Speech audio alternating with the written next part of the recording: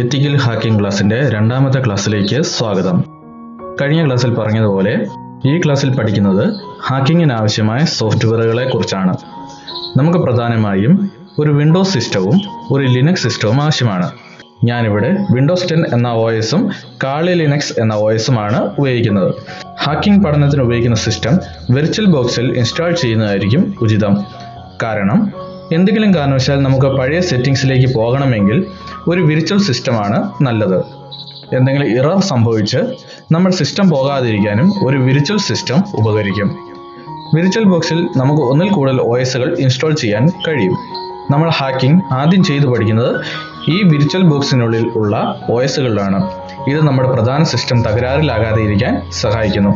അപ്പോൾ നമുക്ക് software installation സെഷനിലേക്ക് കടക്കാം. സോഫ്റ്റ്വെയറുകൾ താഴെ നൽകിയിരിക്കുന്ന ലിങ്ക് വഴി ഡൗൺലോഡ് ചെയ്യാം. സോഫ്റ്റ്വെയറുകൾ ഡൗൺലോഡ് ചെയ്തതിനു ശേഷം ആദ്യം വിർച്വൽ ബോക്സ് എന്ന സോഫ്റ്റ്വെയർ ഡബിൾ ക്ലിക്ക് ചെയ്ത് ഓപ്പൺ ചെയ്യുക. ഒരു വിൻഡോ ഓപ്പൺ ആയി വരും. ഇവിടെ നെക്സ്റ്റ് എന്ന് കൊടുക്കുക. ഇവിടെ നമ്മുടെ സോഫ്റ്റ്വെയർ എവിടെ ഇൻസ്റ്റാൾ ചെയ്യണം എന്നാണ് ചോദിക്കുന്നത്. ഡിഫോൾട്ടായി C ഡ്രൈവിലായിരിക്കും ഇൻസ്റ്റാൾ ചെയ്യപ്പെടുക. അതുതന്നെ മതിയെങ്കിൽ നെക്സ്റ്റ് കൊടുക്കുക. അല്ലെങ്കിൽ ബ്രൗസ് ക്ലിക്ക് ചെയ്ത് നമുക്ക് ആവശ്യമുള്ള ലൊക്കേഷൻ സെലക്ട് ചെയ്യാം. ഞാനിവിടെ എൻ്റെ F ഡ്രൈവാണ് സെലക്ട് ചെയ്യുന്നത്. ഡ്രൈവ് സെലക്ട് ചെയ്തതിനു ശേഷം നെക്സ്റ്റ് കൊടുക്കുക. അടുത്ത വിൻഡോയിലും മാറ്റങ്ങൾ ഒന്നും വരുത്തേണ്ടതില്ല. ഇവിടെയും നെക്സ്റ്റ് കൊടുക്കുക. ഇവിടെ യെസ് കൊടുക്കുക. ശേഷം ഇൻസ്റ്റാൾ കൊടുക്കുക.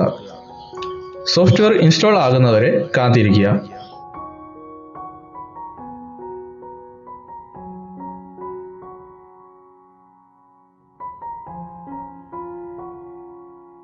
സോഫ്റ്റ്വെയർ ഇൻസ്റ്റാൾ ആയതിനു ശേഷം ഫിനിഷ് കൊടുക്കുക.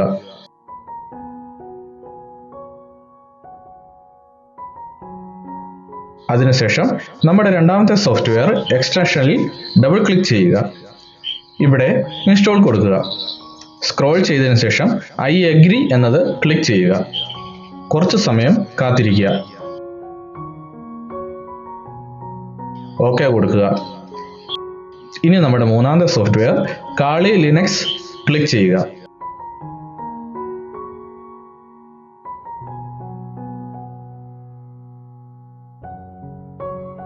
ആവശ്യമെങ്കിൽ ലൊക്കേഷൻ മാറ്റി കൊടുക്കുക.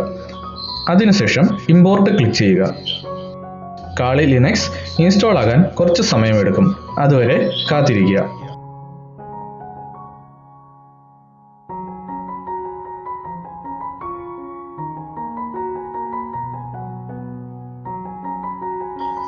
ആവശ്യമെങ്കിൽ സെറ്റിംഗ്സ് ക്ലിക്ക് ചെയ്ത് വേണ്ട മാറ്റം വരുത്താവുന്നതാണ്.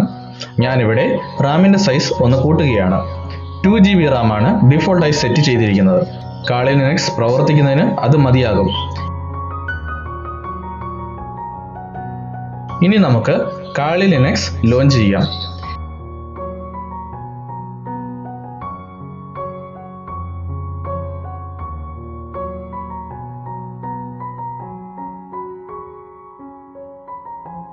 യൂസർ നെയിം എന്ന സ്ഥലത്ത് റൂട്ട് എന്ന് ടൈപ്പ് ചെയ്യുക. പാസ്വേഡ് എന്ന സ്ഥലത്ത് ടൂർ എന്ന് ടൈപ്പ് ചെയ്യുക.